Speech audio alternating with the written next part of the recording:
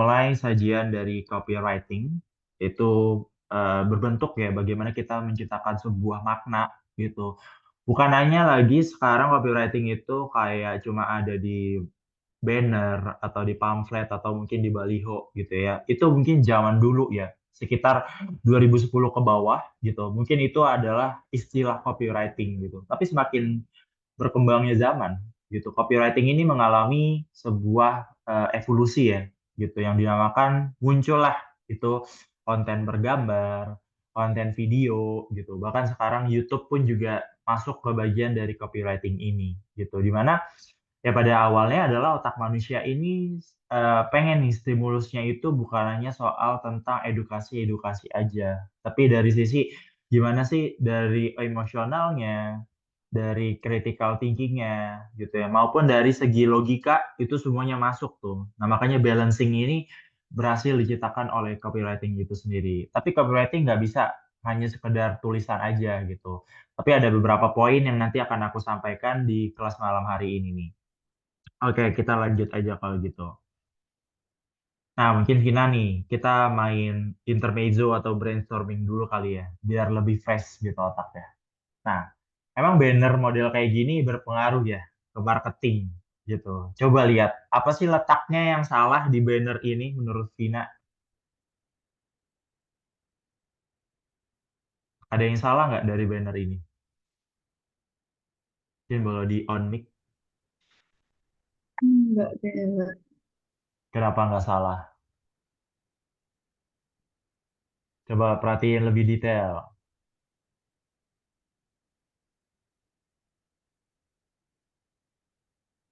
Apa yang salah di banner ini? Ada satu poin yang mungkin Vina nggak berasa, itu di tanggalnya.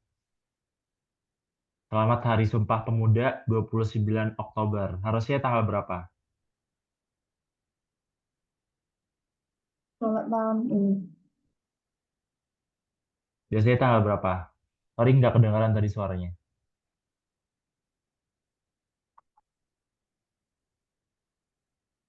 tanggal Hari Sumpah Pemuda ini. Mm-mm. Harusnya aslinya tanggal berapa?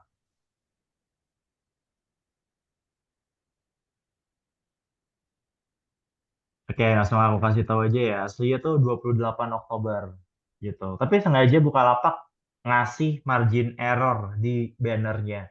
Dan mungkin kalau kita pikirin, ih ini tipe atau gimana sih? Tapi fatal banget. Udah sampai dicetak gitu. Dicetak dan udah dipublikasikan ya ke semua penjuru gitu.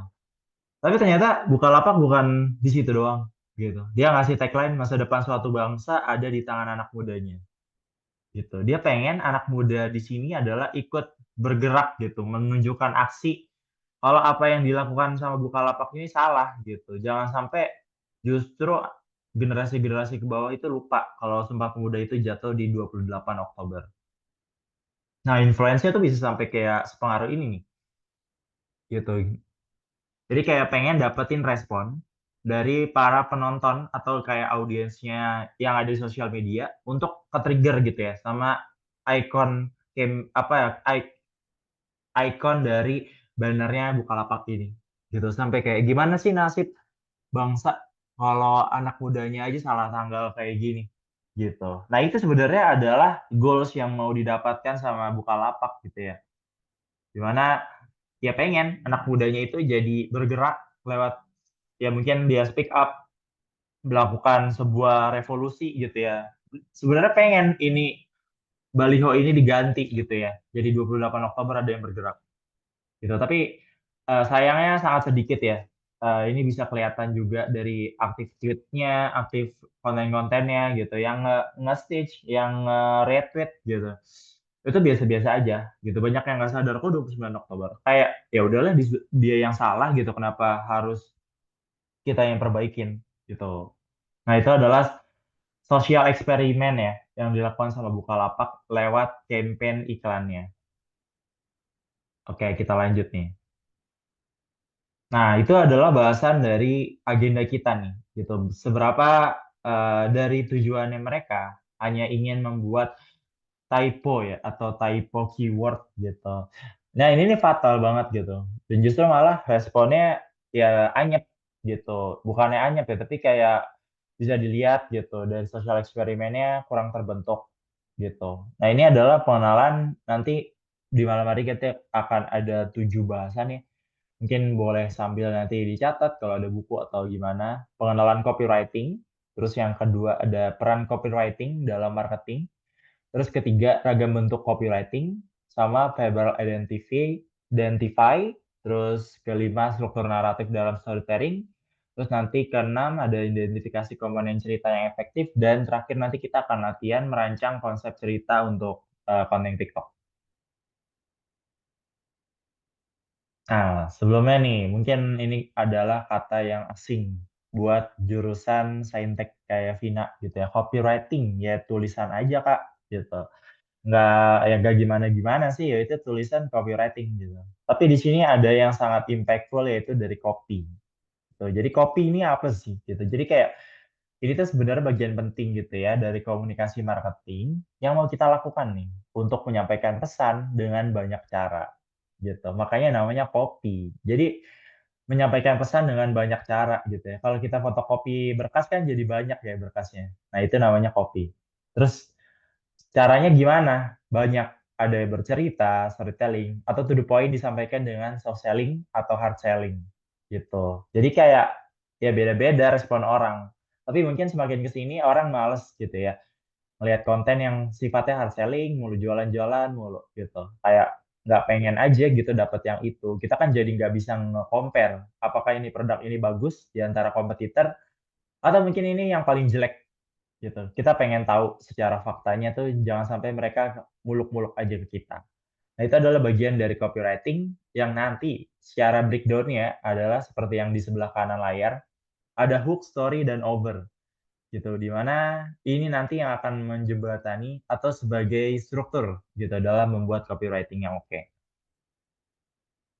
Nah, lebih sederhananya kayak gimana sih copywriting itu? Ya, sederhananya adalah ini adalah seni gitu. Ini adalah sebuah mahakarya ya, mahakarya gitu dari manusia gitu diberikan akal dan juga mungkin diberikan penglihatan ya secara penglihatan bukan hanya soal mata, tapi juga pendengaran itu salah satunya ternyata bisa gitu untuk melakukan penglihatan.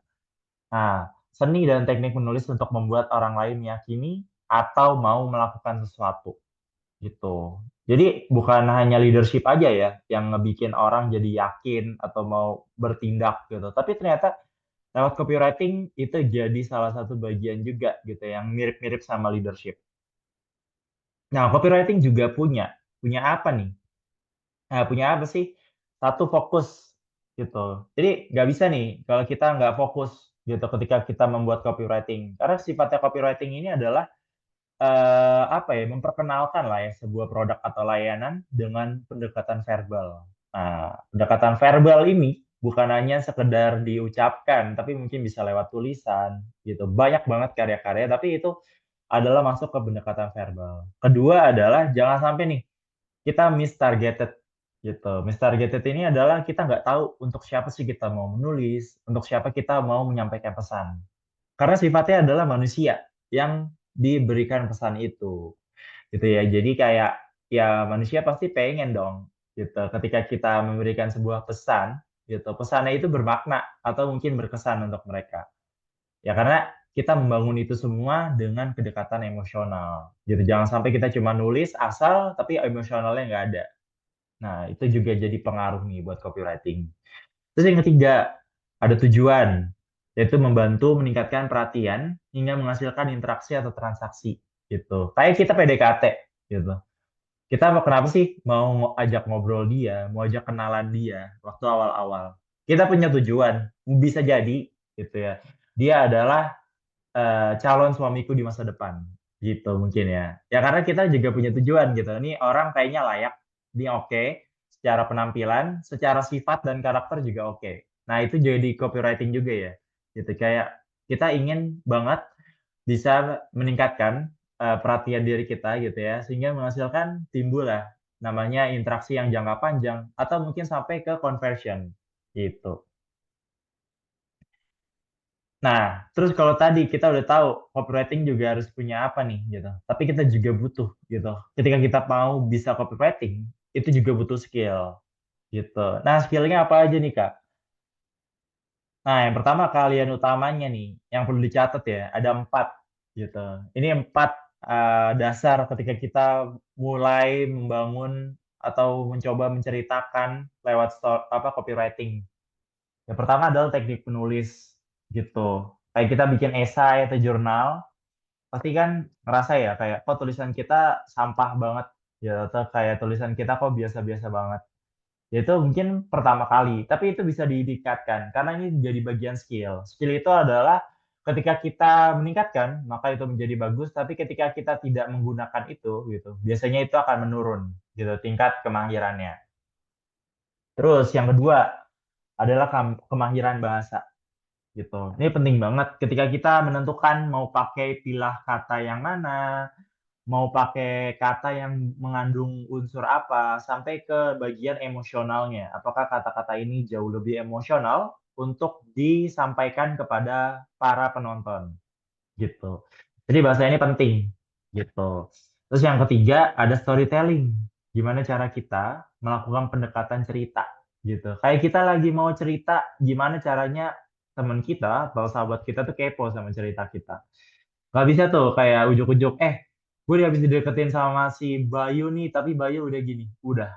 Tapi kita mungkin kayak, masa tadi malam ada tuh cowok gitu di Indomaret gitu, terus tiba-tiba ngeliat-ngeliat aku, ngapain ya tapi ya gitu. Tapi aku nggak tahu juga sih ngapain ya. Gitu. Jadi kayak orang berhasil penasaran atas apa yang kamu ceritakan. Nah itu adalah bentuk atau salah satu contoh juga ya dari pendekatan storytelling. Terus yang keempat, nah, emotional listening. Banyak yang bilang emosional hanya sekedar kita mungkin membaca ya, gitu. Tapi sebenarnya yang paling penting dalam copywriting adalah listening. Gitu. Listening ini adalah kita tahu gitu, orang lagi butuhnya apa, orang lagi kesulitan dalam hal apa. Bahkan sampai kayak keresahan apa sih yang biasanya sehari-hari mereka rasakan. Nah, itu adalah emotional listening. Kita sampai bisa merasakan ya secara empathy gitu. Kayak mereka tuh lagi resah soal apa sih gitu. Mereka lagi worry soal apa gitu. Nah, ini cukup nih kalian utama dari 4 ini untuk mendukung skill copywriting kamu. Nah, kalau mau ditingkatkan lagi ke level yang advance gitu ya, tuh kayak Kak, aku kayaknya udah nulis nih, tapi kayak kok nggak masuk ya ke audiensnya gitu. Nah, berarti kamu butuh kalian pendukung ini, yaitu ada marketing gitu. Marketing di sini adalah bentuk bagaimana kita kenal sama audiens gitu ya, seperti pada awal sesi. Kita kenal sama produknya sampai kita ngerti juga gimana cara mengkampanyekan atau memberikan pesan kepada audiens kita. Itu adalah marketing. Sampai ke desain sistem. Kayak desain sistem ini adalah secara formatif penulisan kita tuh karakternya yang kayak gimana gitu. Terus color tone-nya mungkin ketika kita masukin ke konten yang gambar itu nanti gimana tuh dari segi warna atau bahkan video ya. Video kita itu jadi lebih bermakna lewat visual-visual yang kayak gimana nih gitu. Yang lebih masuk ke mereka bisa menangkap itu ke lewat apa nih gitu. Itu adalah desain sistem gitu. Jadi keenam skill ini adalah skill yang perlu banget dipelajari ketika kita mau advance gitu atau kayak kita mahir dalam copywriting. Nah, landasan dalam copywriting apa? Gitu. Yang pertama itu objektifnya itu, ya kan? Jangan sampai nih kita nggak ngerti tujuan secara jelasnya kita mau nulis copywriting kayak gitu apa ya gitu. Jangan sampai tuh telat untuk memikirkan tujuan. Justru kalau bisa dari awal banget ketika kita mau bentuk tulisan apa yang mau kita bikin. Itu adalah bentuk tujuan. Terus yang kedua audiens gitu. Karena semakin kita mengenal sama audiens gitu, kita tahu nih gaya bahasanya mereka, cara mereka mengkomunikasikan ceritanya gitu, atau bahkan sampai kayak hal-hal apa yang mereka suka dan gak suka itu kita tahu dari audiens. Nah makanya misal kayak ada cewek atau cowok tua atau muda gitu ya, kita tahu tuh cara berkomunikasi mereka gimana. Yang ketiga adalah key message atau kayak pesan utamanya tuh kuncinya gimana sih? Ya itu kita bisa menentukan poin utama yang mau disampaikan. Nah, ini biasanya berupa unique selling proposition atau unique selling point juga. Yang mungkin kita pernah pelajarin di sesi awal, gimana cara kita bisa menemukan sebuah keunikan. Kita kira yang kayak produk kita nih jadi lebih bisa diterima sama audiens gitu. Ya karena kita punya USP yang cukup beda di antara pesaing-pesaing. Misal kayak benefit diskon atau kayak mungkin fitur produknya yang nggak dimiliki sama produk lain. Nah, mari belajar dari contoh gitu. Kalau kita tadi udah belajar secara fundamental ya, ini contoh akan lebih bisa menggambarkan. Nah, contohnya ya kayak Instagram post ada dari UMKM Ayam Gepuk Pusat. Nah, kayak kontennya adalah ingin meningkatkan awareness aja nih. Pengen diterima dulu awareness tuh, gitu. Nggak cuma kayak cuma jualan, tapi pengen diterima. Nah, mereka pengen nargetin ke audiens Muslim. Nah, pesan utamanya tadi key message-nya adalah untuk agar tidak membatalkan puasanya. Gitu ya udah ditanya nih hal apa yang nggak bisa dilakukan pas sore-hari gitu ya. Ternyata jokes ya masuk ke premisnya adalah sahur gitu ya karena sahur ya nggak bisa karena kalau di makan atau bukanya sore itu namanya buka puasa bukan sahur. Kalau sahur itu emang malam gitu. Jadi kayak mendapat antusias juga ya dari segi awareness-nya cukup lumayan oke gitu. Mungkin di sini baru 23 tapi ternyata viewersnya udah sampai 1.000 gitu. Itu udah oke. Oke, nah ini juga ada website landing page. Gitu, kita bisa lihat nih headline-nya. Ada Gempita, nah singkatan dari Gebiar Promo Perlengkapan Balita. Nah, udah nih, jadi kayak hal-hal yang menarik atau kayak bikin penasaran gitu, dimasukkan tuh ke unsur copywriting-nya. Terus bodinya juga diskon sampai dengan 99%, up to ya biasanya kayak gini. Nah, terus kayak call to action-nya adalah belanja sekarang gitu. Belanja sekarang ini sifatnya fleksibel daripada yuk beli gitu. Kalau yuk beli ini sifatnya kayak memaksa. Tapi kalau belanja sekarang, sekarang itu fleksibel, bisa kayak sekarang versi kamu adalah ketika di malam hari, sekarang versi teman kamu adalah di sore hari gitu. Itu beda-beda gitu. Ini adalah bagian kesatuan dari copywriting. Terus ada juga nih kayak mungkin kayak kita pengen langsung call to action ya gitu. Nah, bisa kayak munculkan CTA dipengaruhi oleh penyesuaian atau jenis objektif konten, media tayang, dan copy gitu. Nah, ini makanya tadi yang aku bilang desain sistem. Kita bisa nih, desain sistem itu adalah menentukan peletakan tombol-tombolnya itu di mana tuh. Itu harus jelas tuh. Jangan sampai kita udah bikin promosi tapi tombolnya nggak kelihatan sama audiens kita gitu. Makanya itu penting dalam copywriting. Contohnya kayak di sini buka rumah ya, buka lapak sama Mandiri kerjasama gitu. Ya dia wujudkan impian punya rumah idaman. Diskon diskon sampai 50% cashback 1 juta gitu. Bang ada ketentuannya juga Bang Mandiri ini udah dikasih tahu nih terdaftar dan diawasi oleh OJK.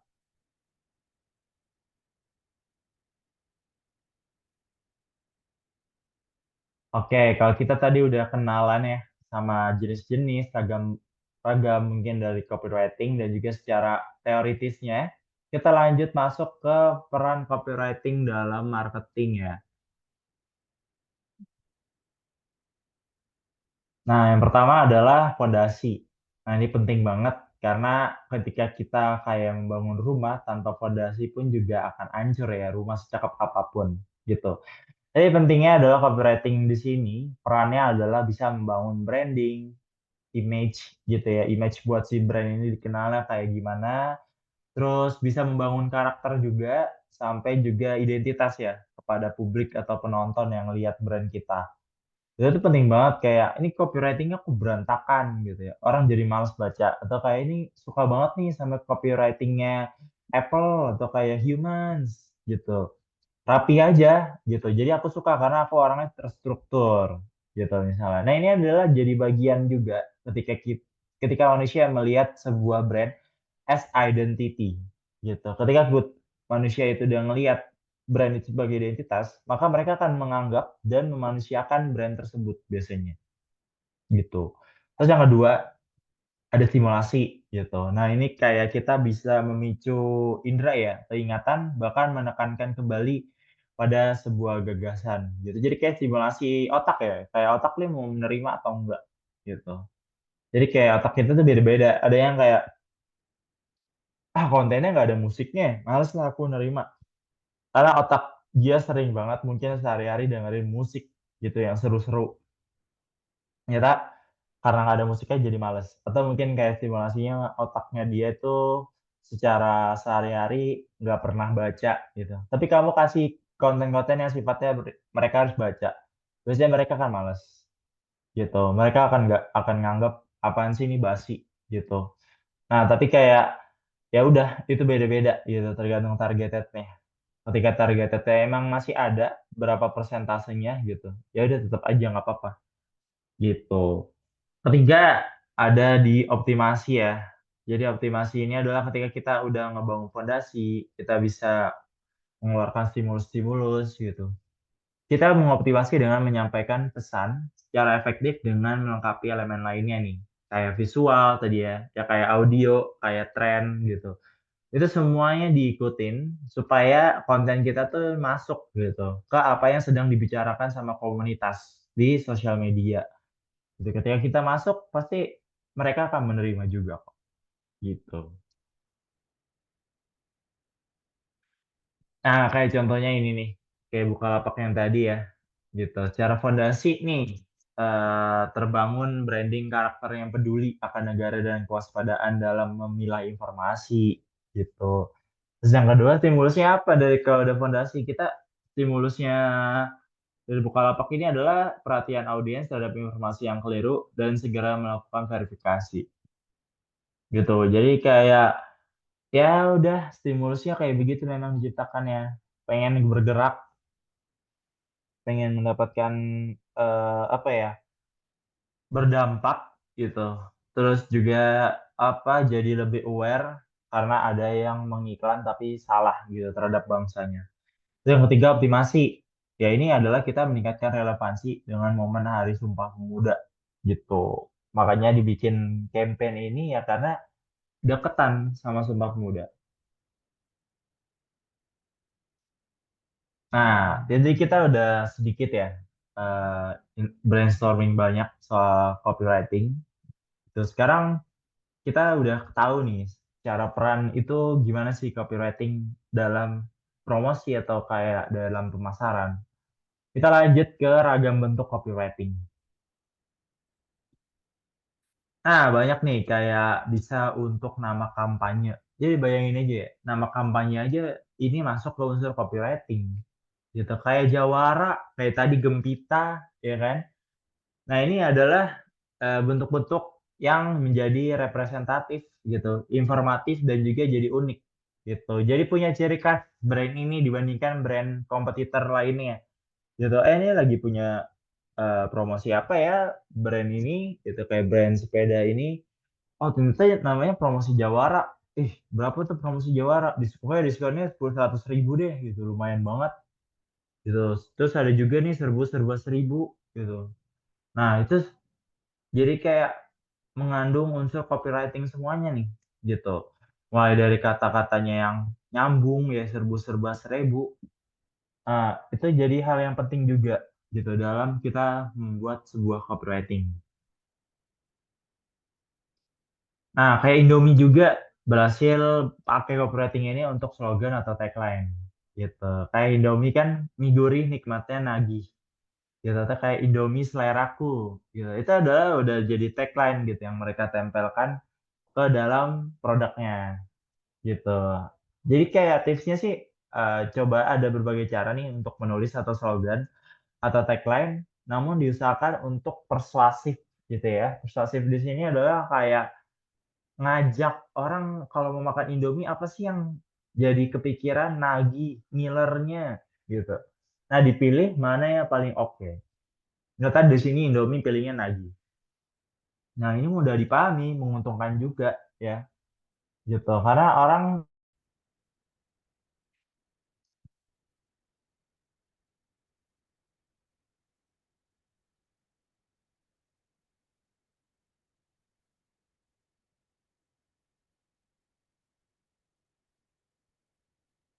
Oke, masuk ke ragam bentuk tadi ya. Ada campaign, bisa untuk bikin slogan atau tagline, dan bisa push notification nih.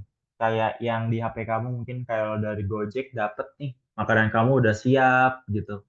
Atau kayak pengen banget nih aktivasi GoPay pinjam gitu, tapi cuma butuh KTP aja, misalnya kayak gitu. Jadi kayak tergantung kebutuhan kamu. Nah, biasanya push notification ini ditentukan juga tuh pakai neuroscience juga, neuroscience marketing.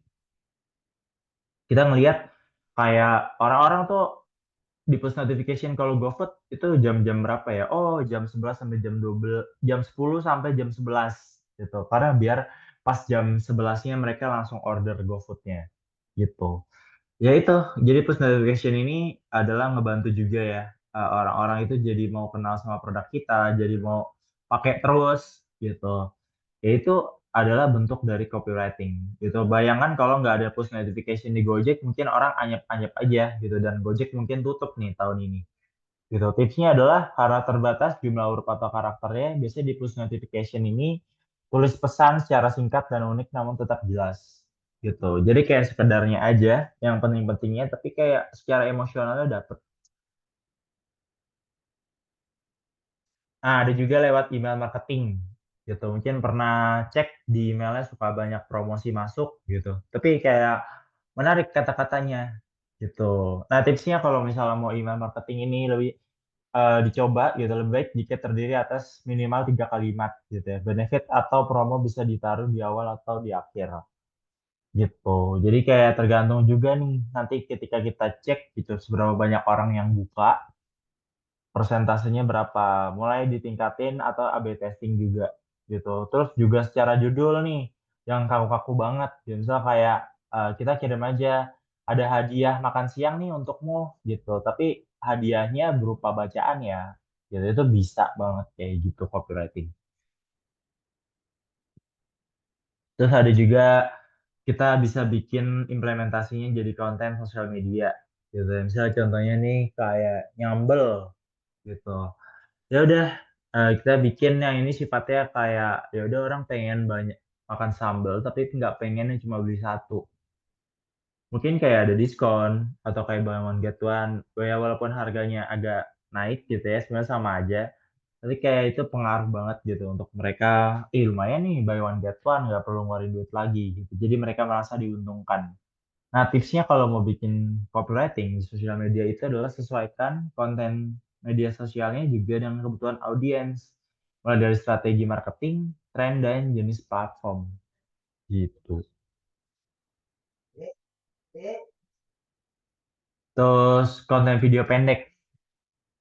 Nah, konten video pendek kayak di TikTok gitu kan. Nah, bisa juga nih kayak ikutin dari Eiger gitu. Seru-seru banget nih dari Eiger juga. Nah, tipsnya adalah perhatikan durasi penayangan video gitu. Kayak neuroscience buat video itu biasanya ada 2 sampai 6 detik doang. Jadi bayangin 6 detik itu maksimal banget orang mau nyimak lanjut video kita atau enggak gitu. Kalau udah gak agak lewat atau kepanjangan orang malas, kapan sih orang judulnya udah panjang banget sampai lebih dari 6 detik. Ya, tapi secara neuroscience kayak gitu.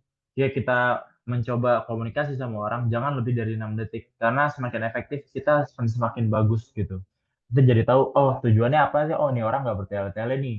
Oh, ini orang eh, nggak straightforward juga, tapi kayak secara ngeyakinin atau memberikan pengaruh itu cukup kuat gitu. Nah, kalau di konten video pendek kayak di TikTok gitu, perhatikan juga durasi penayangan video dan tata letak subtitlenya biar orang enak juga ngebacanya.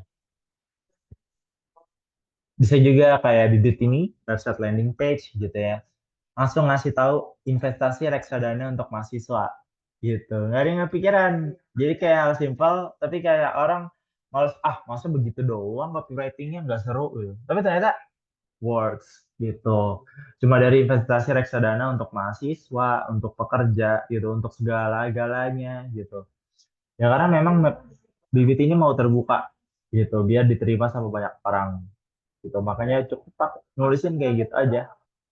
gitu. Nah, tipsnya adalah kalau mau bikin landing page model kayak gini, copywriting-nya itu pastikan terlebih dahulu struktur, tata letak, dan journey situs web sebelumnya itu udah membuat tulisan gitu.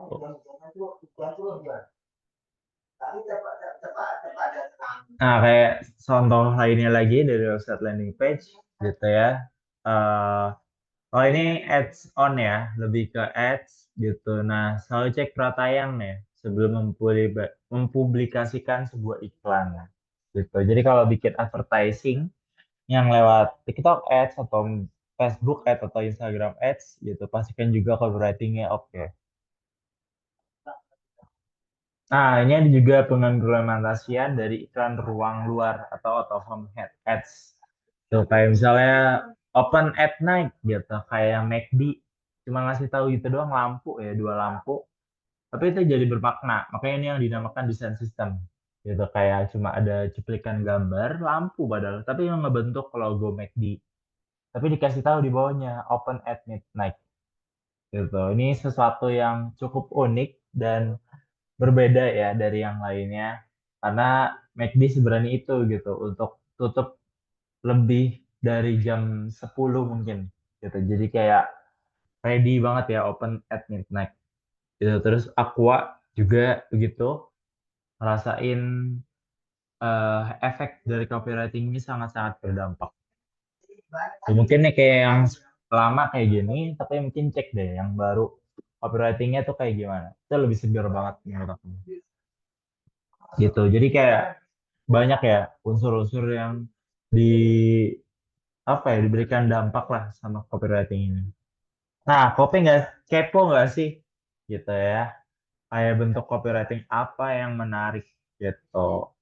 Mungkin dari Vina deh, ada nggak yang pernah ngebaca atau kayak ngelihat sebuah bentuk copywriting atau sebuah tulisan deh? Itu menarik banget mau kayak disimpan terus kata-katanya.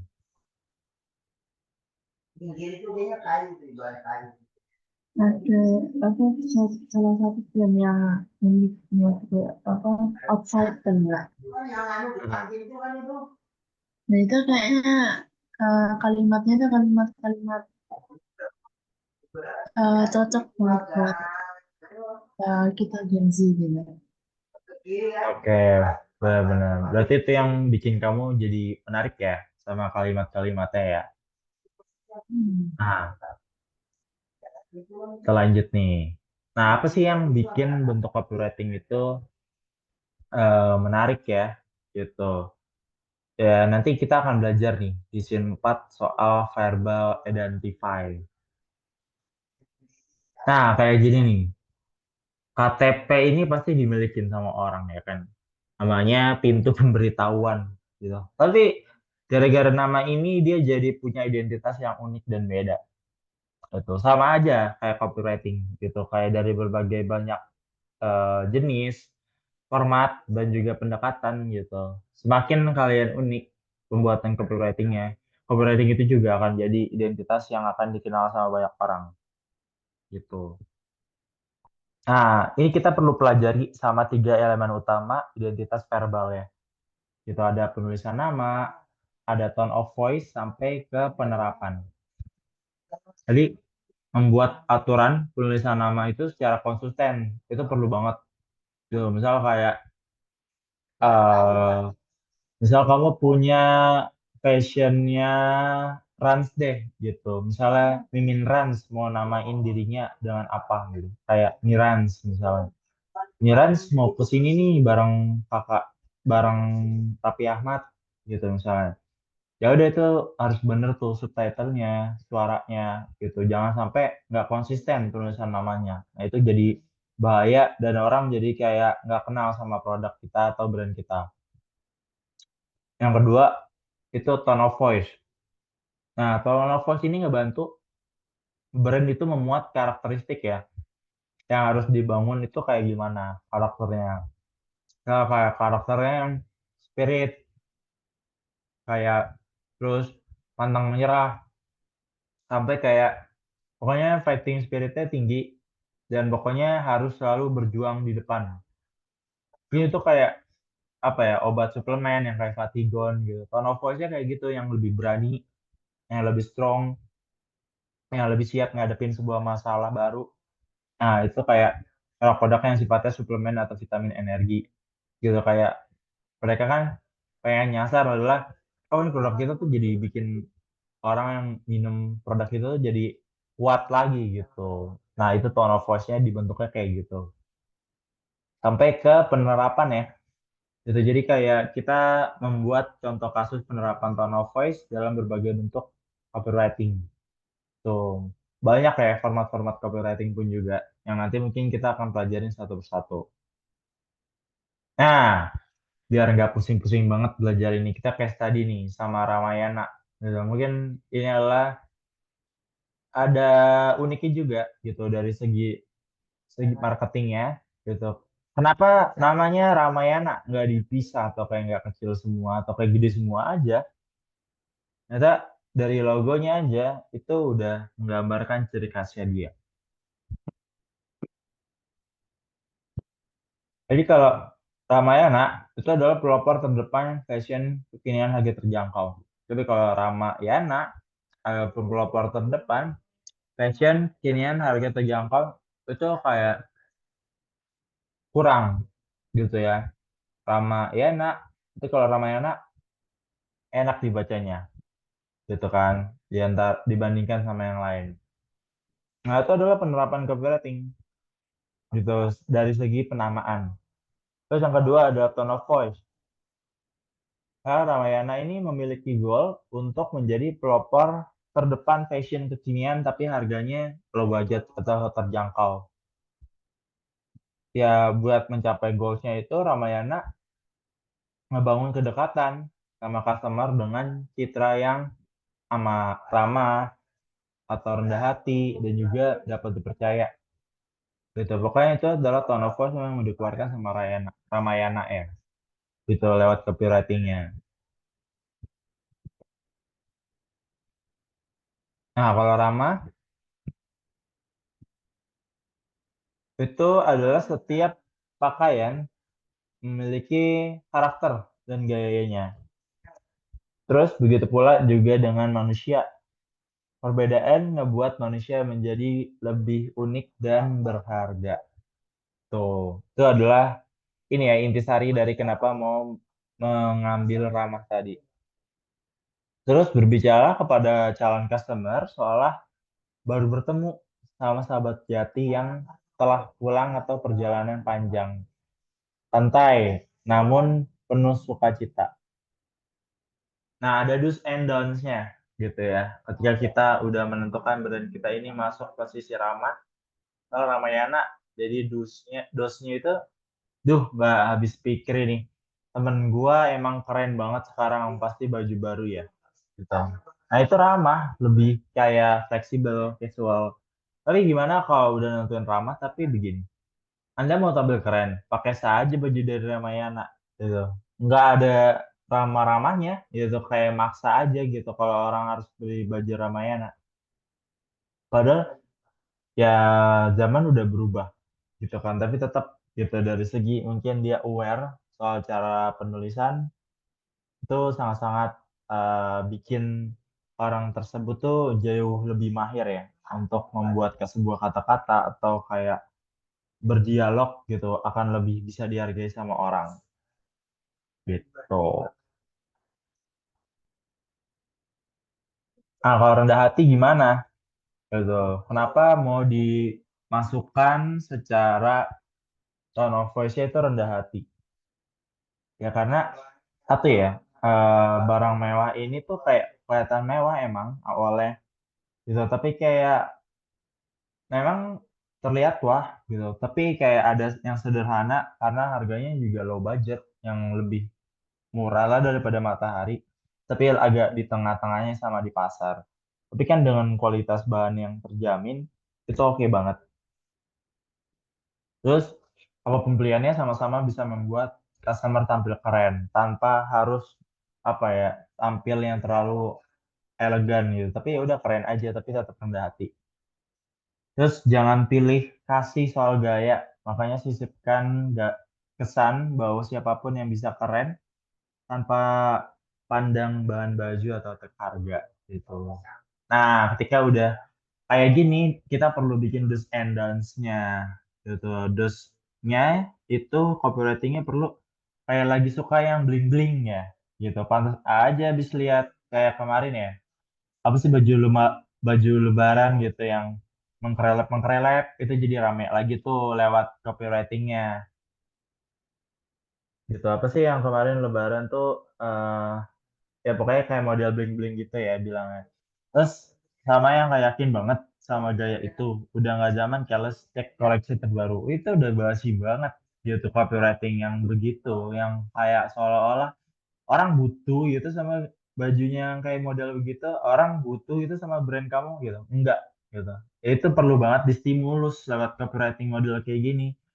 Jadi yang nyambung sama tren gitu. Misal kayak, oh ya, aku baru ingat nih yang Simmer-Simmer gitu. Banyak kira brand-brand yang punya punya produk yang Simmer-Simmer dikeluarin terus jadi konten. Wow, itu rame banget yang nge-like-in, yang nonton gitu. Karena orang-orang lagi bahasnya semuanya sedang tertariknya sama itu yang Simmer-Simmer gitu. Jadi ada do's and don'ts-nya juga ya. Gimana caranya kita akan mengimplementasikannya jadi sebuah copywriting yang pas.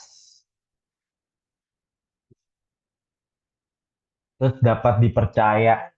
Nah, kenapa mau dapat dipercaya? Emang dia nabi gitu harus dipercaya? Bukan ya. Gitu kayak Ramayana ini pokoknya wujudkan komitmen lah ya untuk segala produknya begitu.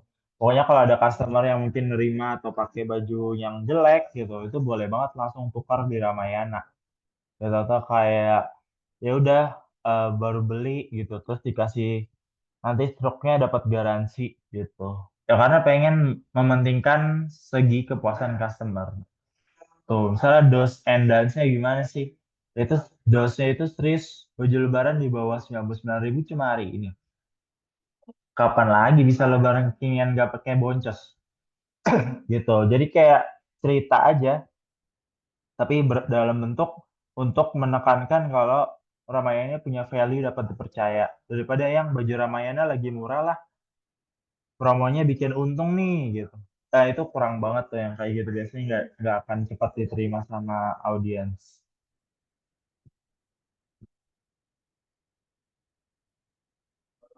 Oke, tadi kita udah belajar nih soal elemen-elemen dari copywriting gitu ya. Gitu, kita udah sampai ke ragam bentuk gitu.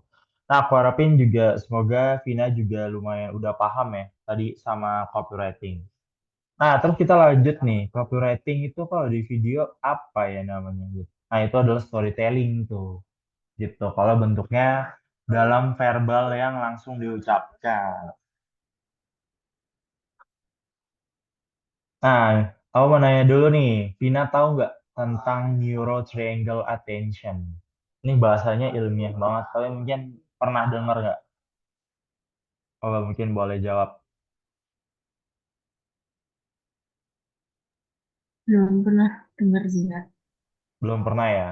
Memang ini bahasa kedokteran, tapi sebenarnya bukan untuk medis gitu. Kebutuhannya adalah untuk manusia gitu, secara human behavior. Ingin mendeteksi atau mengobservasi perilaku manusia. Nah, ketemulah akhirnya, oh ini kenapa manusia hanya mau menerima apa ya, ketika nonton video cuma yang 5 detik aja gitu ya karena itu otak manusia modelnya begitu secara rancangan dari Tuhan gitu ya. Nah, ini kita coba dalemin gimana sih Neuro Triangle Attention ini. Jadi kayak startnya tuh dari awareness. Kita ngasih awareness ke audiensnya gitu. Terus kita lihat gitu. Ini gimana sih gitu. Caranya bisa memberikan pengaruh atau membuat orang lain jadi percaya. Nah, itu yang sah gitu. Ada prosesnya dalam triangle ini gitu yaitu dari the awareness masuk ke consideration gitu. Nah, consideration ini juga perlu banget ya pematangan yang lebih lanjut, riset dulu. Jangan sampai dari awareness saja langsung ke purchase. Nah, itu sangat bahaya. Betul, kita pengen orang membandingkan dulu aja nggak apa-apa. Sampai nanti purchase-nya ya di tempat aku juga sih. Gitu misalnya ya. Jadi kayak memberikan solusi dengan berupa attention gitu. The power to move minds and hearts, yaitu dengan kita memberikan sebuah rating lewat stimulus-stimulus gitu. Atau ya stimulus-stimulus itu ya kita yang desain gitu, desain sendiri gitu ya untuk neuro triangle attention. Mungkin nanti boleh cari sendiri aja di Google itu modelnya yang gimana sih sebenarnya ini. Tuh, nah, kepo lagi nih aku nih terus. Terus gimana sih bikin impactful storytelling kalau tadi kita udah belajar bikin content writing aja gitu. Kok kayak nggak semuanya nih storytelling yang sifatnya berdampak. Ternyata ada beberapa bagian. Nah, ini adalah triangle storytelling ya. Gitu ada attraction, ada anticipation, ada action. Kita mulai dulu ya dari attraction ini adalah bertanya nih, kenapa aku di sini? Gitu, kenapa aku nggak terbang di yang jauh aja sih? Gitu. Terus sama yang kedua, why should I stay ya? Gitu. Kenapa aku harus bertahan? Gitu. Kenapa aku nggak pergi aja? Ya karena ada alasannya gitu di balik itu semua.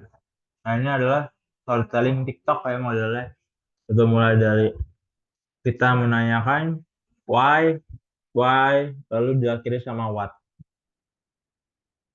Gitu diharapkan kita semua paham. Gitu kalau copywriting ini nggak sekedar kata-kata, tapi punya struktur yang jelas. Gitu sampai ke arah action.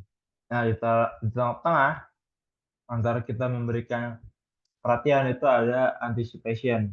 Anticipation ini adalah misal kalau nggak kena nih, udah mau beli tapi banyak yang nggak jadi, oh mungkin bisa jadi salah tuh di kerangka anticipationnya. Yang mungkin orang jadinya khawatir atau mungkin nggak ada balasan dari chat gitu ya. Nah itu anticipation. Terus kita langsung ke implementasi struktur cerita. Nah, gimana sih? Kok orang bisa ngalir-ngalir aja ceritanya gitu. Nah, ini fundamentalnya nih. Yang pertama ada dari hook. Hook ini tuh dua awalan cerita atau headline biasanya ditemuin kayak, hmm, jangan sampai kalian kehabisan ini karena nyesel banget, nyesel karena cuma beli satu, misalnya gitu. Itu udah kurang dari 6 menit dan biasanya akan coba didengerin lagi nanti ketika sudah apa ya, ketika udah emang disarankan gitu untuk masuk ke bagian itu. Terus story ini adalah inti cerita. Pokoknya pesan pokok atau kayak pesan plot twistnya itu apa. Itu bisa dimasukkan ke dalam story. Ya, intinya sih, Side Story ini adalah konten Anda yang ingin dikemas semenarik mungkin. Udah setelah kita bikin hook, itu ada story-nya yang lebih panjang lagi. Terus ada over juga, apa yang mau ditawarin gitu ya.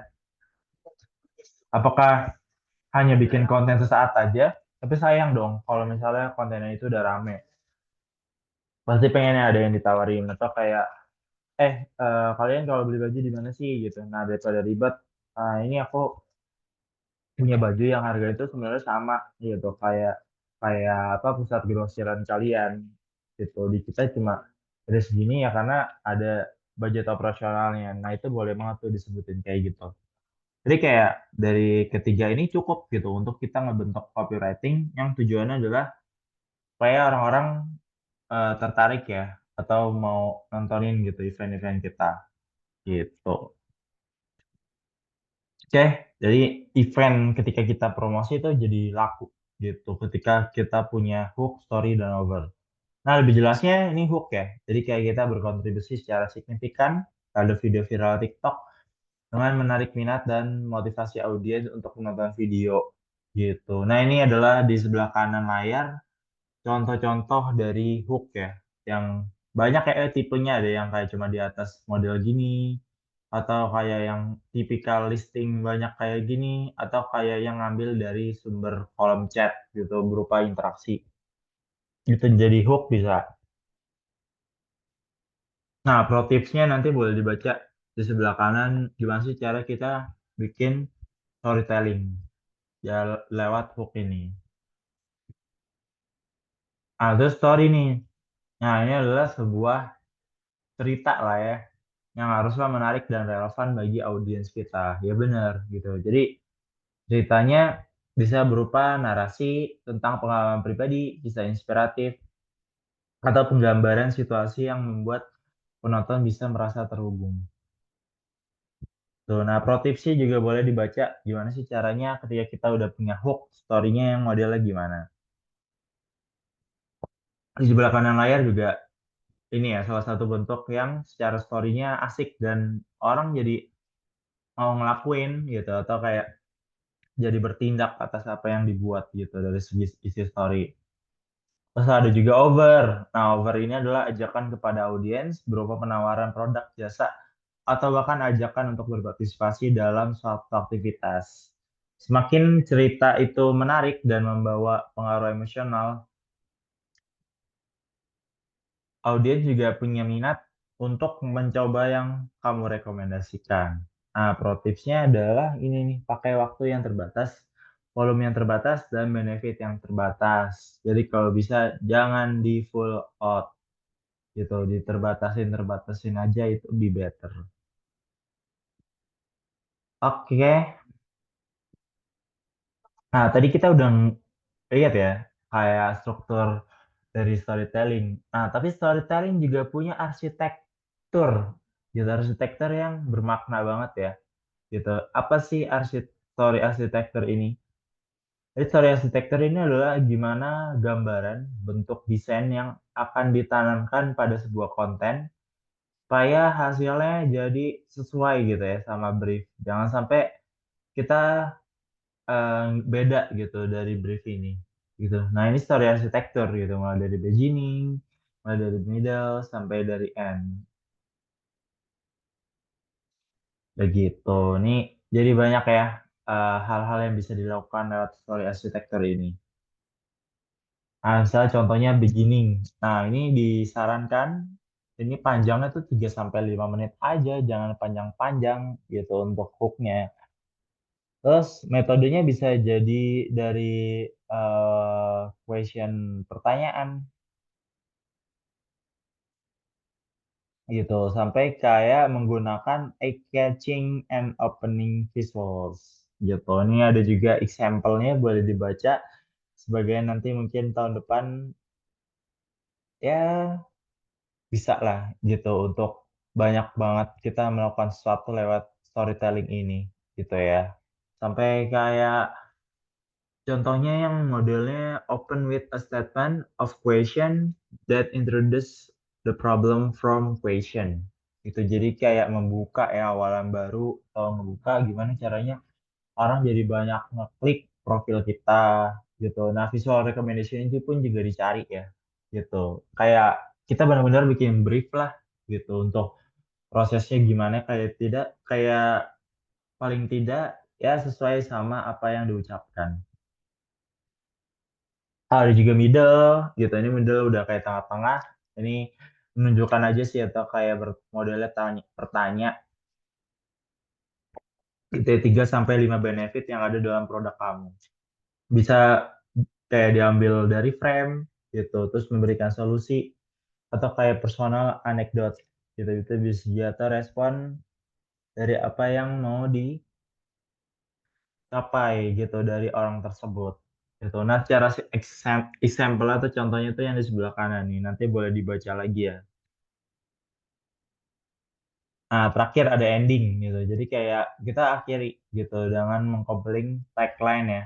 Atau juga mungkin jadi eh strong to call to action gitu. Nah, call to action ini adalah ngeberi gambaran seberapa banyak sih nantinya orang-orang yang tertarik sama produk kita gitu. Contohnya kayak treat yourself the perfect birthday gift gitu. Jadi kayak ngajak nih orang-orang yang nggak pernah ngelakuin self reward jadi mau self reward karena itu adalah di hari ulang tahunnya. Nah, ini pro tipsnya juga bisa dilihat di layar sebelah kanan nanti. Nah, kita udah masuk ke part terakhir ya. Itu kita latihan nih ngebuat storytelling gitu ya. Storytelling singkat aja, mungkin kayak perancangannya dulu atau mungkin kayak sepatah dua kata dari 200 kataan itu yang mungkin akan ngebantu gitu ya dari Vina. Mau nggak nih untuk storytelling latihannya kayak gimana sih bikin storytelling? Nah, study case-nya adalah case study-nya itu buatlah story architecture brand ini. Jadi tema kontennya itu adalah trendjacking atau kayak lebih masuk ke momen nih. Momen itu yang model gimana? Dan brandnya ini adalah Gami Zaskia Meka gitu. Kira-kira gimana nih?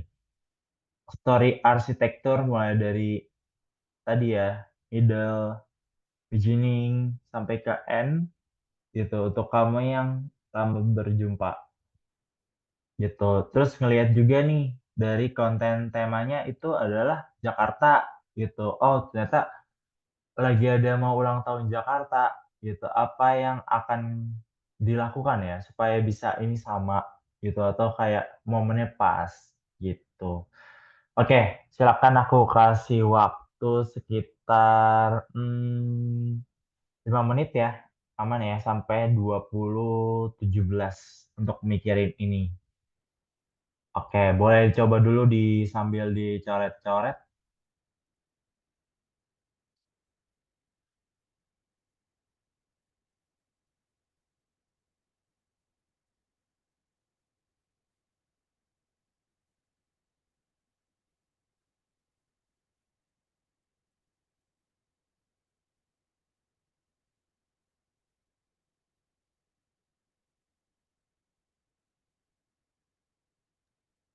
Kak, ini misalkan kalau contoh buat fit IG gitu Kak.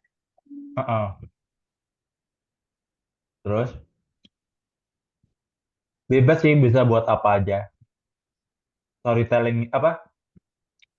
Storytelling itu kan nggak melulu soal feed IG, nggak melulu soal video. Pokoknya nanti disebutin aja kayak ngikutin yang ini ya, story arc-nya ada beginning, middle sama end.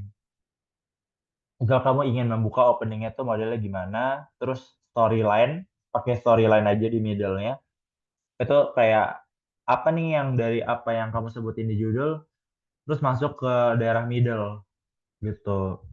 Sampai ke mengakhirinya dengan call to action-nya itu. Misal kayak belanja belanja sekarang kalau kamu nggak mau ketinggalan. Misal bisa gitu. Nah, tapi ini contohnya pakai trendjacking moment ya, biar lebih relate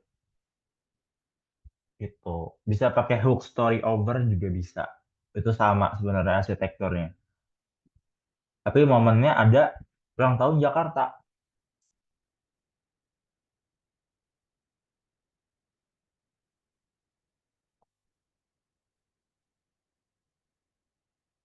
Coba dirancang dulu aja, ditulis. Nanti kalau udah selesai atau ada kebingungan, boleh sambil tanya-tanya nih lewat sini di live press.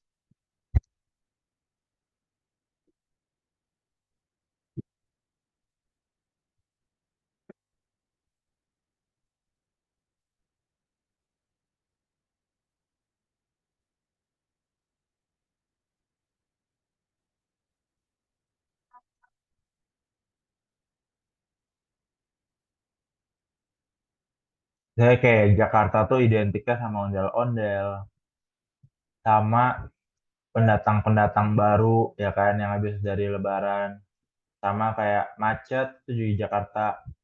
Tapi hubungannya sama baju gamis. Ah, mungkin gimana nih? Secara kedekatan ulang tahun Jakarta sama baju gamis hijaber ya.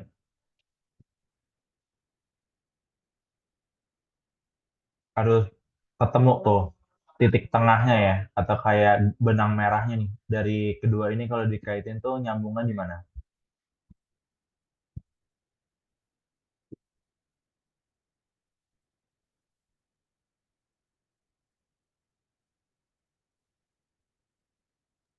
Kalau misalkan tentang ajakan gitu boleh nggak Kak? Boleh, boleh. Itu kan storytelling. Tapi jangan yang kayak yuk beli gitu. Nah, itu bukan masuk storytelling, namanya kamu maksa kayak hard selling. Contohnya tuh kayak ajakan tuh bisa kayak eh, liburan ini kamu lagi main ke Jakarta, gitu. Tapi bingung eh, mau ke daerah mana yang bisa dijadikan tempat main. Itu kamu mungkin kayak kamu ngajak aja misal kayak contohnya Jamis ZM ini ada di PRJ gitu. Biasanya kan kalau busana-busana gitu ada di PRJ atau kayak di tempat-tempat lain yang mungkin lagi jadi ikoniknya anak-anak Jakarta gitu. Bisa ajakan ya. Makanya nanti masuknya tuh di titik ada titik tengahnya gitu untuk ngajak mereka mau. Kenapa sih harus ngeliat gitu ya? At least ngeliat lah ya. At least dari story Zaskia Meka tuh yang modelnya gimana?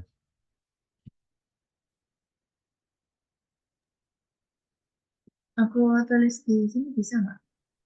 Boleh, coba gimana? Aku mau Bisa tahu dulu dilihat nggak ya, Kak? hooknya mungkin. Mau tahu dari openingnya apa yang kamu bawa di storytellingnya.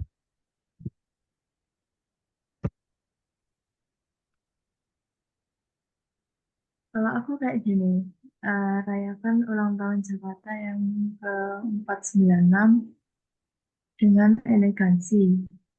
Kenakan gamis dan ikuti tradisi yang mewarnai kehidupan kota ini. Hmm, ada unsur mewarnai kota gitu. Salah dengar atau gimana aku?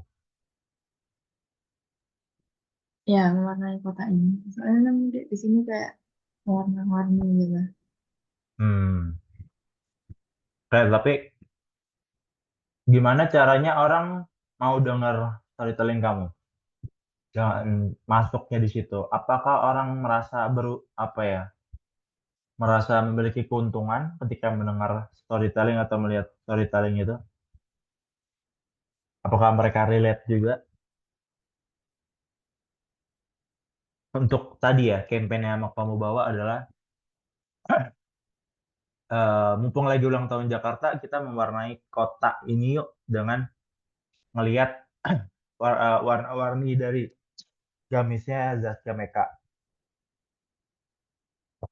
Apa keuntungannya dari mereka misalnya mau mewarnai kota? Itu kan yang belum jadi konteks ya. Konteksnya belum dapet gitu. Coba bisa dikembangin nggak? Jadi kayak kita juga mikirin tujuan ya. Tadi kalau copywriting juga punya tujuan. Kenapa nih orang harus melakukan kotanya jadi warna-warna?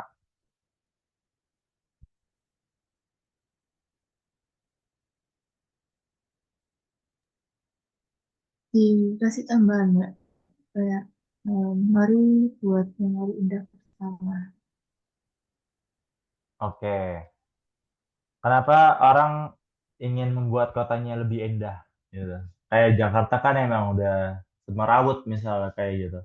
Kenapa harus dibikin indah? Kayak ya udah emang udah tatakannya atau dari sononya udah begitu nggak bisa dibikin indah gitu. Jadi kayak apa nih yang jadi purpose banget gitu. Misalnya kayak gerakan tadi dari Bukalapak itu kan jelas tuh purpose-nya adalah ingin ngajak anak muda lebih aware, lebih mau peduli gitu ya sama sama bangsanya gitu lewat kesalahan penulisan.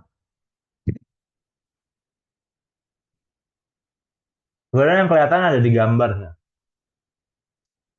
Gambar kota Jakarta yang lagi ulang tahun sama gamis itu kelihatan banget.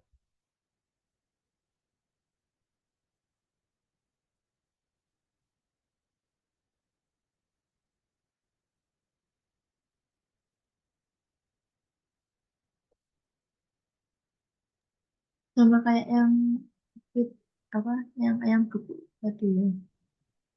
Mm-mm. Terus gimana?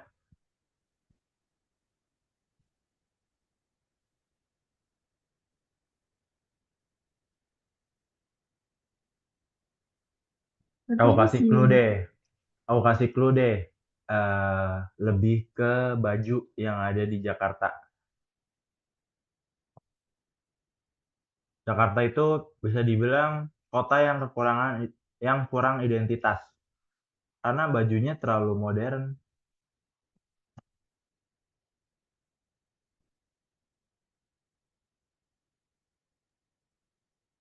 Oh, baju ini, baju Betawi. Hmm. Tapi kayak bukan di situ konteksnya. Bisa jadi kayak baju orang-orang Jakarta kan terlalu modern atau mungkin kayak terlalu kebuka. Nah, pengen ngajak muslimah di sini adalah gimana tetap bisa bergaya modern, tapi juga melestarikan budaya Indonesia, tapi dengan kekuatan baru. Untuk karena Jakarta lagi ulang tahun, saatnya kamu apa ya membawa dampak gitu untuk menciptakan perubahan baru, misalnya gitu. Nah itu bisa diciptain tuh kayak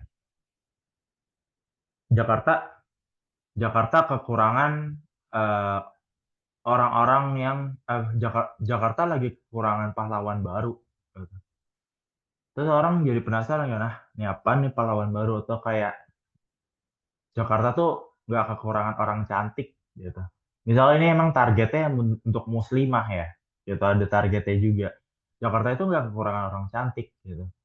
Tapi Jakarta itu kekurangan eh, kekurangan Kartini modern misalnya gitu. Apalagi di suasana Jakarta udah mau ulang tahun kayak gini, perubahan baru itu nggak pernah ada gitu. Bahkan kayak cuma jadi wacana gitu. Jadi kayak story lainnya itu dibikin gitu tuh. Kayak perubahan baru itu nggak pernah ada, bahkan cuma jadi wacana gitu. Jadi kayak nyambungnya ke situ. Nah, udah lagi gitu. Perempuan-perempuan di era modern sekarang lebih ngedepanin dalam sisi penampilan tanpa memperhatikan eh, dari segi kesopanan, misalnya gitu. Ini targetnya memang muslimah. Mungkin kalau dilihat sama atau kayak didengar sama yang bukan muslimah, itu akan ke-trigger apaan sih kok kesopanan? Emang gue pakai baju ini nggak sopan. Gitu. Tapi kayak buat muslimah untuk pakai pakaian yang ibaratnya kayak terlalu terbuka itu kurang sopan di agamanya dia gitu. Tuh, jadi kayak storyline-nya dibentuknya ke situ. Untuk ngebawa perubahan baru ini, gitu. Yuk, kita sama-sama kasih hadiah Jakarta dengan sebuah perubahan. Perubahan yang dimulai dari diri kita sendiri, gitu ya. Untuk mulai berubah, menjaga harkat dan martabat diri kita lewat berbusana yang sopan, gitu. Untuk Jakarta yang lebih mapan, marilah kita coba bareng-bareng wujudkan gitu tampilan baru Jakarta yang lebih menawan. Gitu. Jadi kayak storyline-nya itu yang dibangun sebenarnya tapi tujuannya untuk ke produk gitu. Tapi gara-gara storyline-nya itu orang jadi aware gitu. Nih iklannya yang siapa sih yang bikin gitu. Kok menarik ya?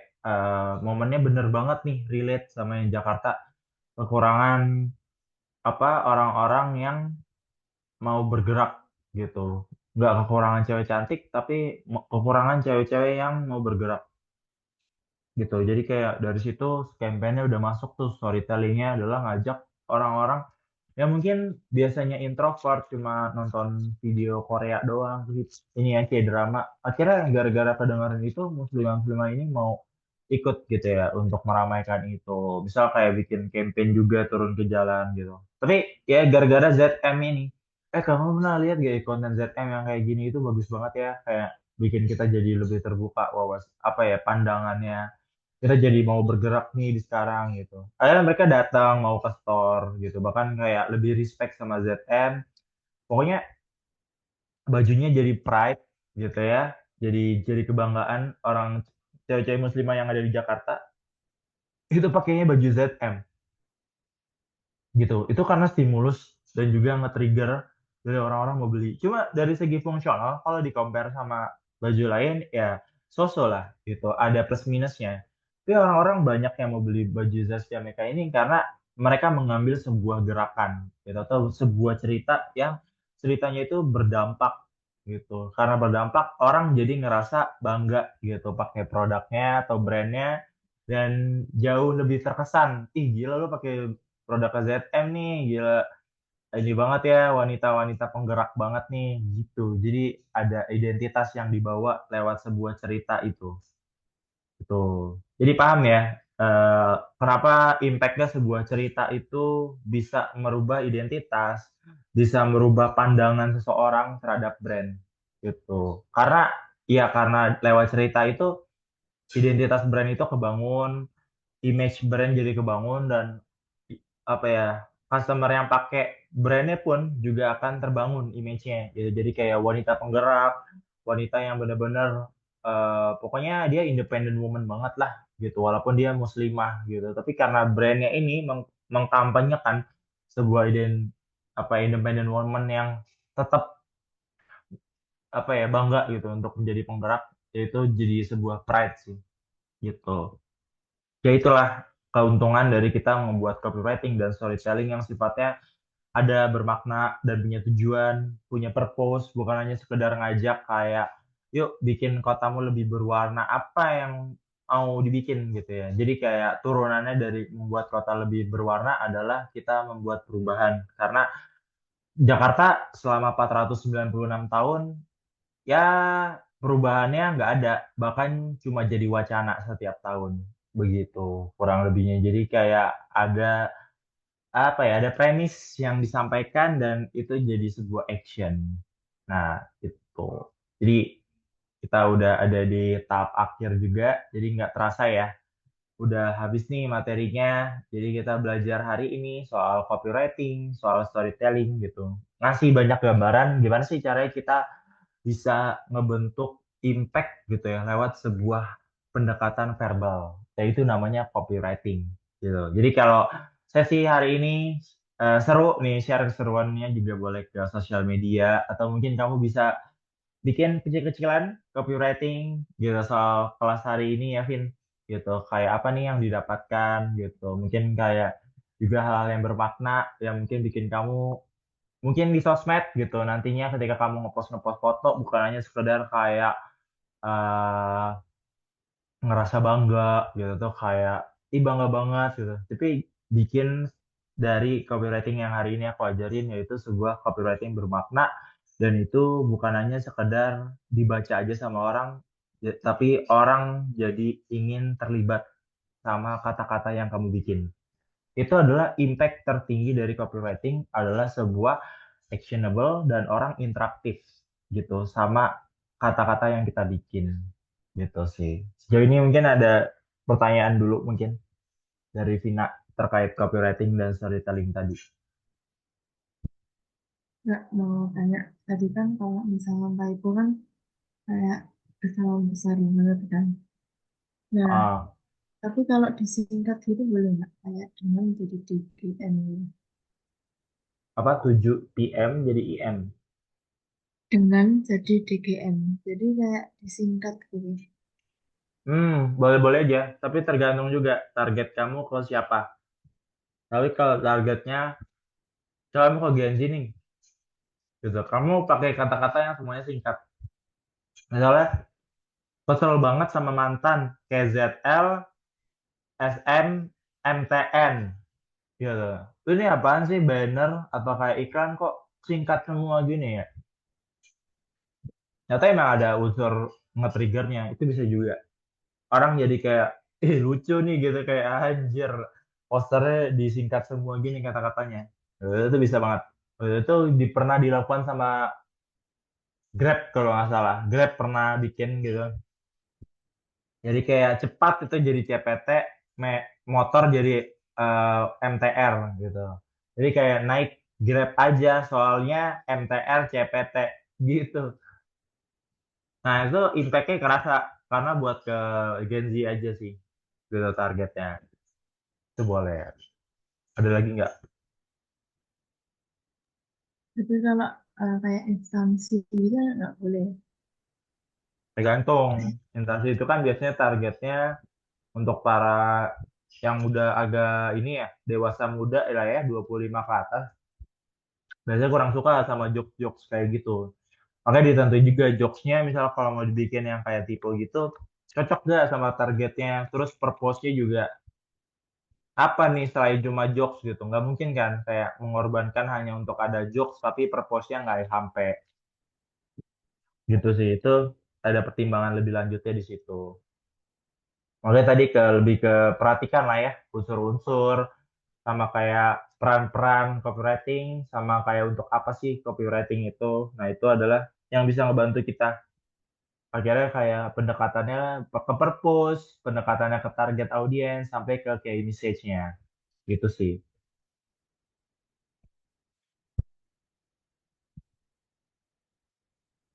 Jadi bisa aja instansi itu untuk pakai kayak gitu, tapi kalau bisa dicek ke purpose-nya itu sangat sedikit gitu ya memberikan dampaknya.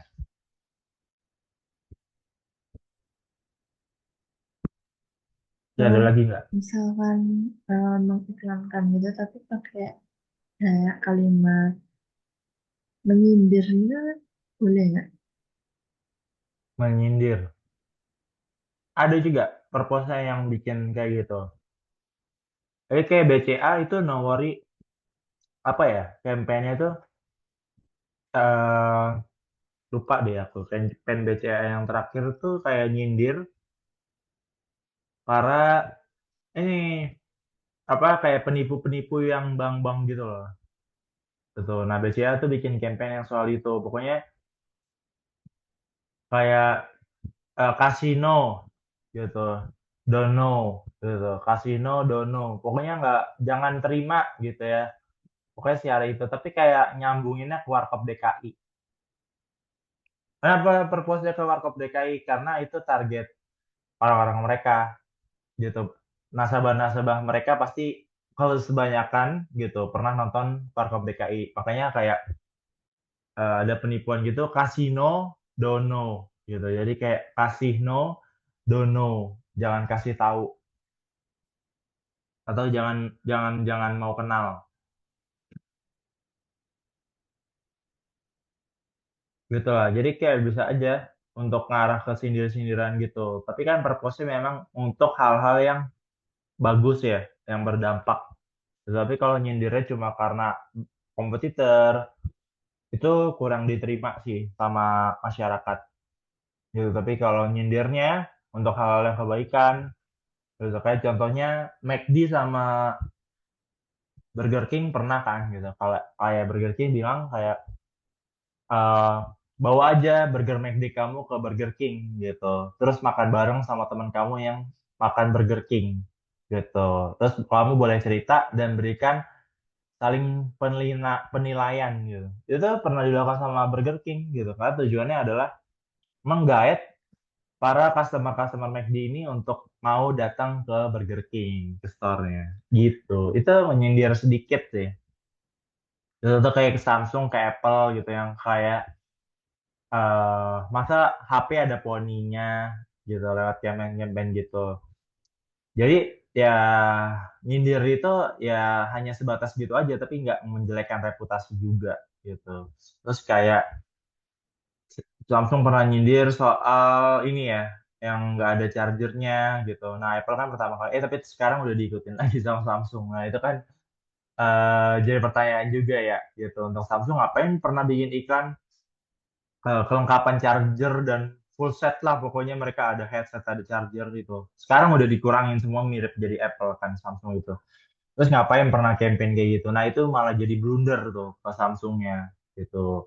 Nah, itu yang perlu dipertimbangkan dari segi purpose-nya gitu. Ketika kita mau bikin sebuah promosi lewat content write apa ya lewat copywriting yang kayak gitu, ya pertimbangan juga dampak purpose-nya, dampak untuk audiensnya, atau sampai ke key message-nya itu akan membuat orang itu mau bergerak nggak sih? Tapi kalau orang cuma nontonin atau konsumsi aja biasanya nggak akan bertahan lama sih campaign gitu.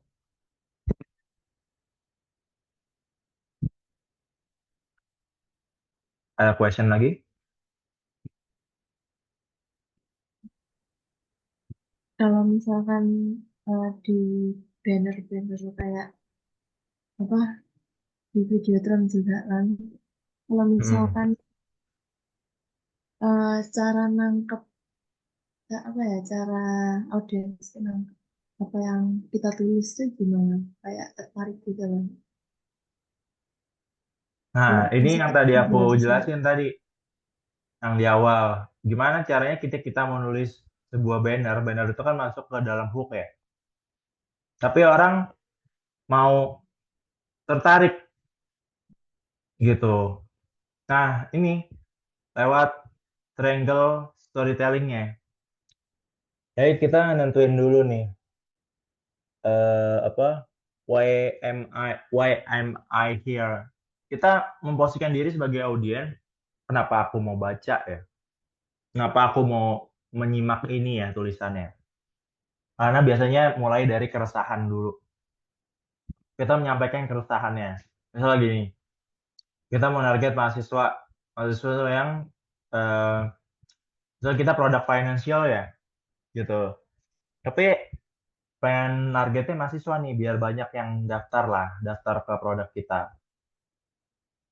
Tapi kan mahasiswa kan masih banyak yang insecure ya, atau kayak trust issue lah, bukan insecure. Trust issue-nya ini adalah ngapain orang gue belum punya pendapatan kok investasi-investasi nih produk finansial ini, gitu. Jadi kita kasih tahu gitu. Di sini kamu bisa sharing cost gitu, kebutuhan bulanan kamu sama yang lain gitu lewat namanya partner sharing cost gitu. Jadi kayak bisa jadi bulan ini modelnya kayak arisan modelnya misalnya finansialnya. Kamu biayain orang dulu gitu. Tapi nanti ketika kamu butuh gitu, nanti kamu bisa dapat biaya dari orang lain juga gitu. Tapi keresahannya cuma jangan kayak gitu gitu. Jangan cuma yang kayak kamu butuh UKT gitu. Kamu bisa pakai ini aja. Enggak gitu. Apaan sih butuh UKT gitu. Atau kayak bayaran UKT nggak bisa gitu. Gue bisa kali gitu. Pasti udah digituin tadi dijelasin sama mahasiswa. Tapi kalau pendekatannya lebih kayak uh, mau bayar UKT tanpa worry gitu. Atau kayak mau bayar UKT mau bayar UKT eh, tapi tenang gitu. Jadi kayak lebih ke situ ngasih harapan. Atau kayak mau bayar UKT semester depan tanpa banyak overthinking gitu. Nah, itu bahasa-bahasa yang lebih ngarah anak muda gitu. Terus saya juga kayak bayar UKT saat set ya pilih ke platform ini ya kayak kayak coba sekarang gitu. Coba sekarang platform ini untuk kamu bisa dapatkan manfaatnya gitu. Itu dari situ sih. Dari keresahan-keresahan yang dirasain sama mereka atau kayak nggak punya uang bulan ini gitu tenang kami bantu gitu atau kayak nggak bisa bayar kosan bulan ini gitu coba sekarang gitu ke platform ini gitu. Terus kalau misalnya kayak model baju nih gitu mereka terkendala biaya nih tapi mereka pengen fashionable gitu ya bilang aja kalau emang targetinnya yang marketnya low budget ya untuk baju-bajunya gitu. eh Fashion itu nggak harus mahal gitu. Eh, yang mahal itu cuma gengsi kamu aja. Udah tuh begitu tuh. Itu kayak nge-trigger banget gitu. Fashion itu nggak harus mahal, yang mahal itu gengsi kamu. Itu secara nggak langsung orang ngelihat kayak ke trigger juga kan. Ini orang bener juga ya bikin pamflet gitu ya. Sebenarnya fashion itu nggak harus mahal, yang mahal itu gengsi kayak pakai brand gitu kan, kayak dari Zara, H&M gitu. Itu gengsi gitu, yang mahal tuh gengsi kita. Nah, itu dari situ udah masuk tuh. Oh, brand ini tuh low budget ya gitu. Terus secara produknya juga bagus-bagus kok sebenarnya. Ya harganya nggak perlu gengsi-gengsian ya, walaupun produknya nggak yang branded gitu. Dari situ copywritingnya udah kelihatan. Mereka ngarah kemana dan purpose-nya ngarah kemana gitu. Udah lagi nggak?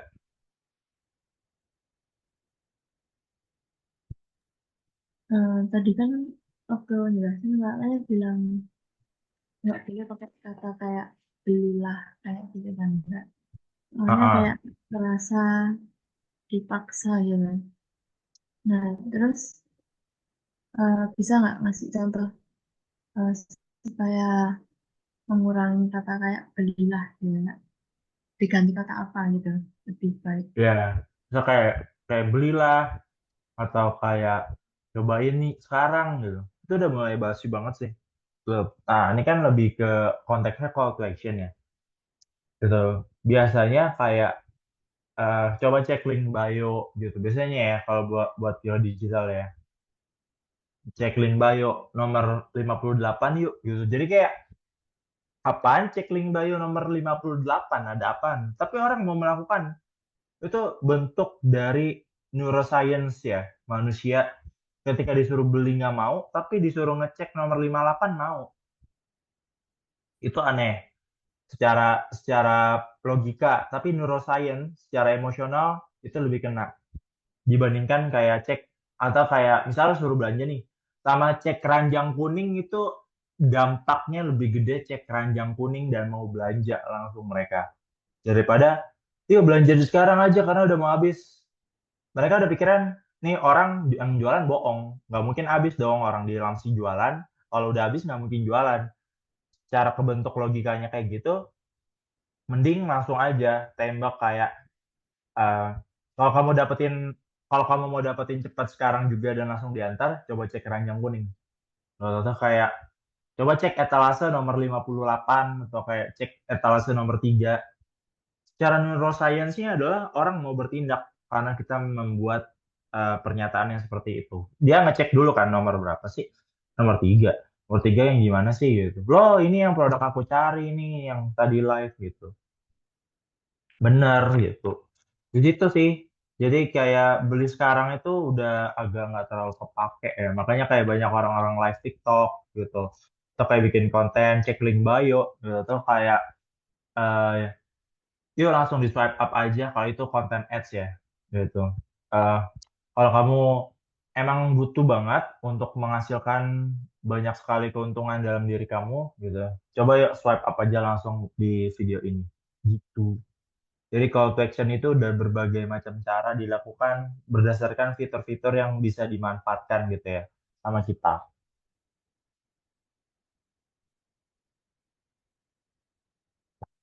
Ada lagi?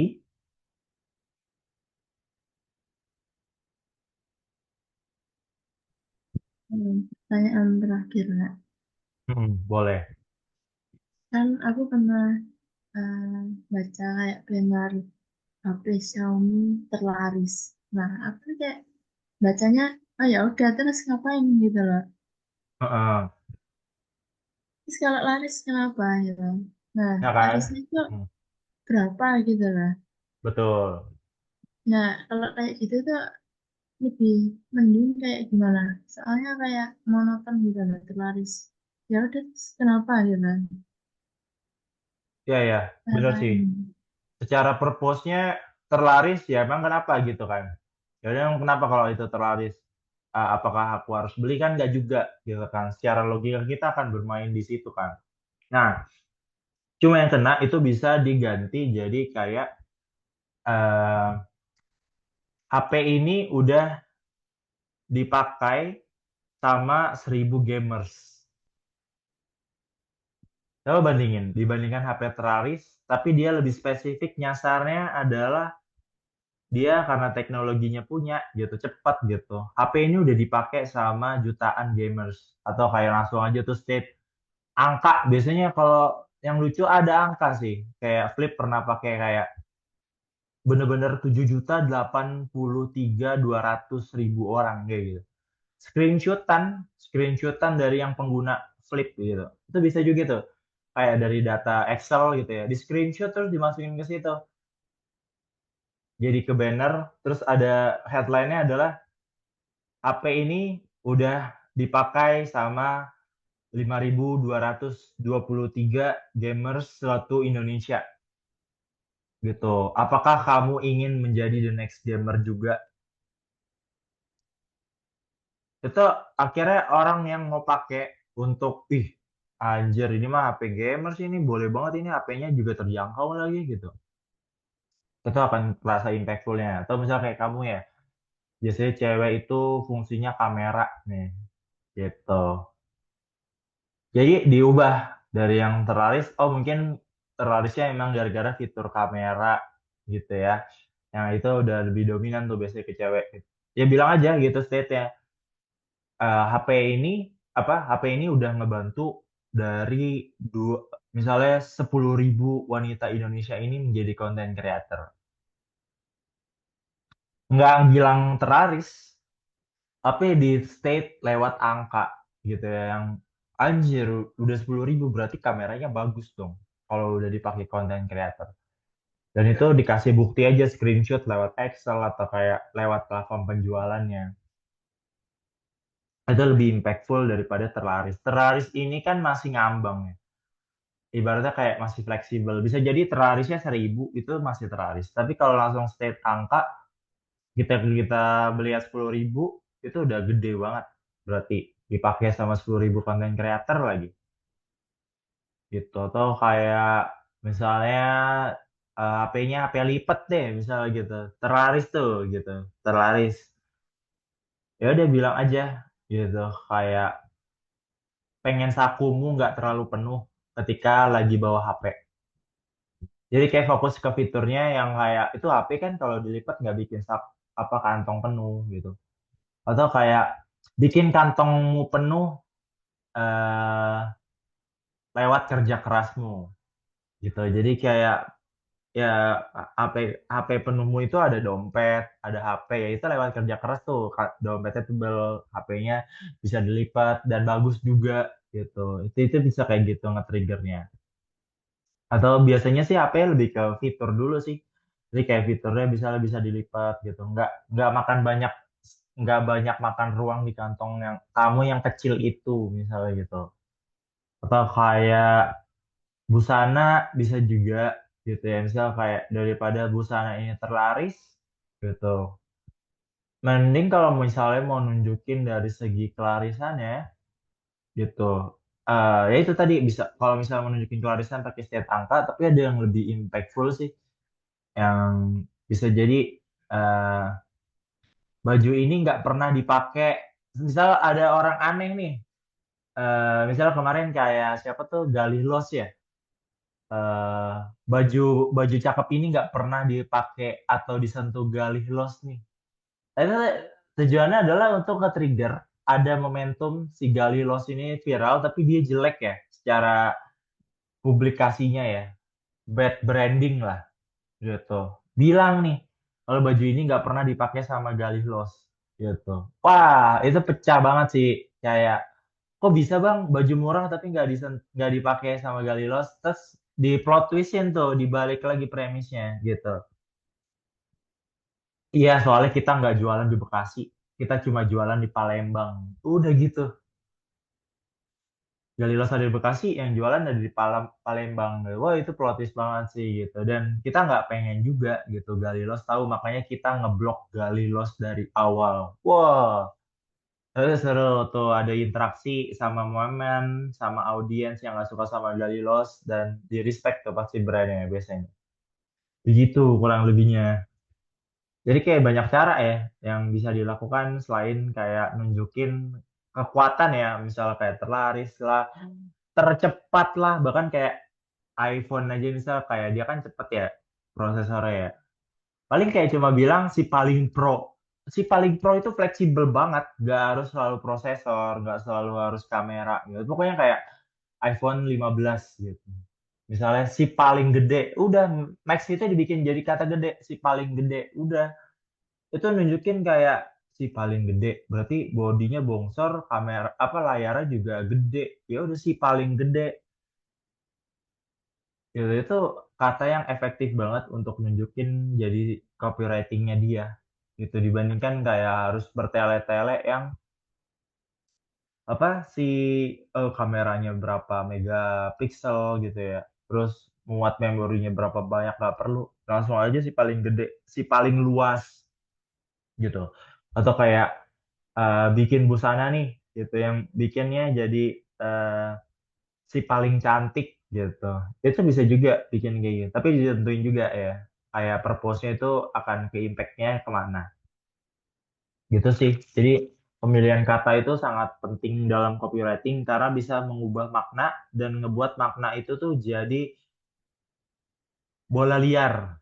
Semakin makna itu jadi bola liar di market, biasanya akan diobrolin dan itu ngebentuk word of mouth. Word of mouth itu adalah kayak kayak ngebiarin nih ada bola liar gitu, terus ditendang-tendang sini ke sini ke sini ke sini ke sini. Tapi sebenarnya perspektifnya ya ngarah-ngarah juga gitu ke brand dan brand itu impact jadi punya meningkatkan brand awareness dari si brand itu karena diomongin sama banyak orang.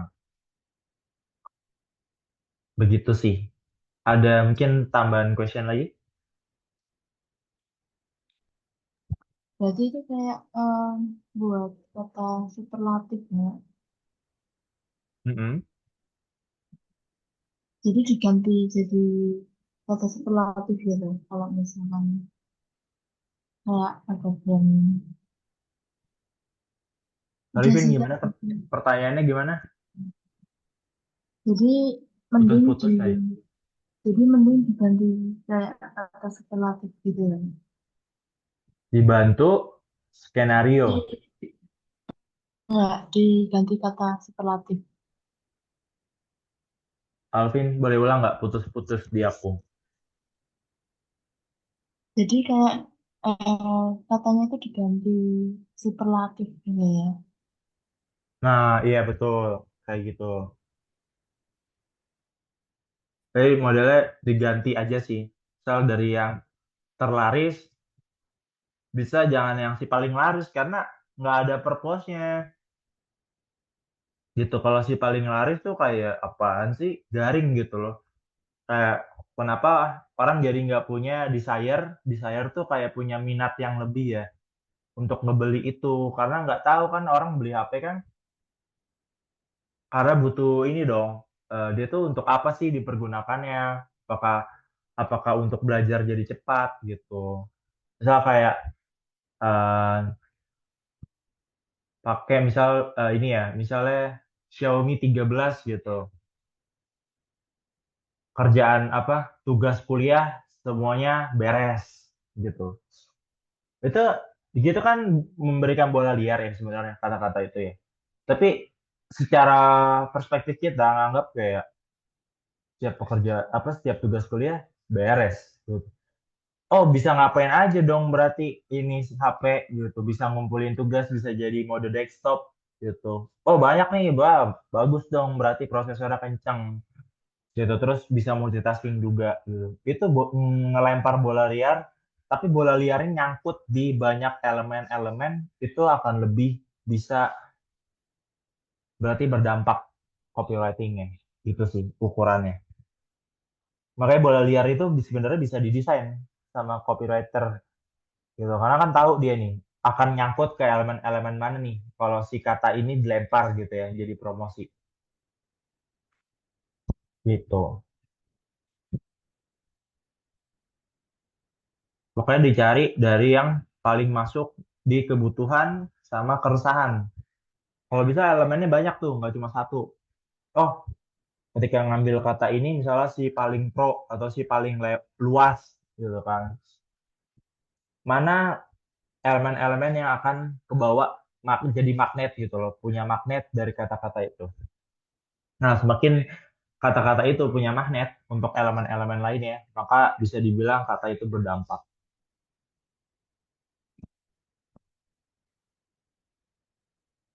Oke, ada lagi nggak? Cukup sih Kak. Oke, cukup ya. Nih aku stop record dulu kalau gitu.